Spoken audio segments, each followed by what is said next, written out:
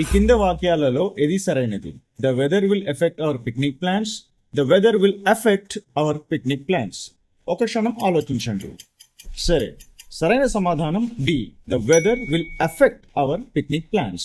ఇప్పుడు ఎఫెక్ట్ మరియు ఎఫెక్ట్ మధ్య తేడాను త్వరగా తెలుసుకుంటాము. సాధారణంగా ఎఫెక్ట్ ఒక క్రియ.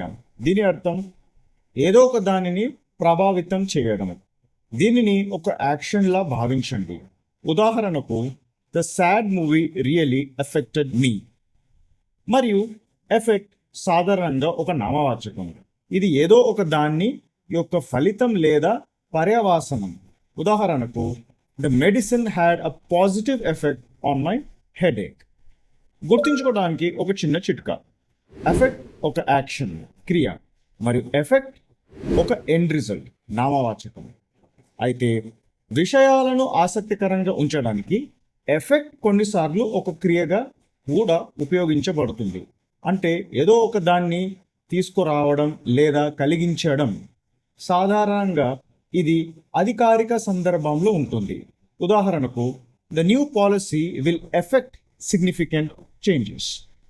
మరియు ఎఫెక్ట్ కొన్నిసార్లు ఒక నామవాచకంగా ఉపయోగించబడుతుంది.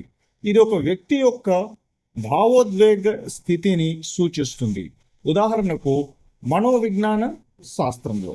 కానీ రోజువారీ ఇంగ్లీష్ కోసం క్రియ లేదంటే నామవాచక నియమాన్ని ఖచ్చితంగా గుర్తుంచుకోండి. So let's do a quick check. Fill in the blank.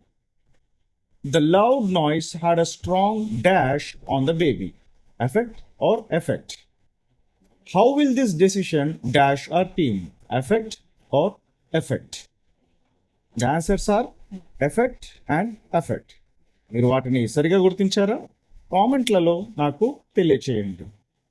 ఈ చిన్న పాఠం మీకు ఉపయోగంగా అనిపిస్తే మీ మాట్లాడే ఇంగ్లీష్ని మెరుగుపరచడానికి నాకు చాలా కాంటెంట్ ఉంది. ఈ ఛానల్లో నా పూర్తి వీడియోలను తప్పకుండా చూడండి. మా 3 month స్పీకింగ్ ల్యాబ్ కోర్సులో జాయిన్ అవ్వండి. న్యాచురల్ ఫ్లూయెన్సీతో ఇంగ్లీష్ మాట్లాడడానికి. స్పీకింగ్ ల్యాబ్ అనేది లెర్నర్స్ని స్ట్రాంగ్గా మరియు కాన్ఫిడెంట్గా పబ్లిక్ స్పీకర్స్ చేయడానికి ఒక గోల్డ్ స్టాండర్డ్. చూసినందుకు ధన్యవాదాలు. తప్పకుండా సబ్స్క్రైబ్ చేయండి మరియు తర్వాత వీడియోలో మిమ్మల్ని కలుస్తాము.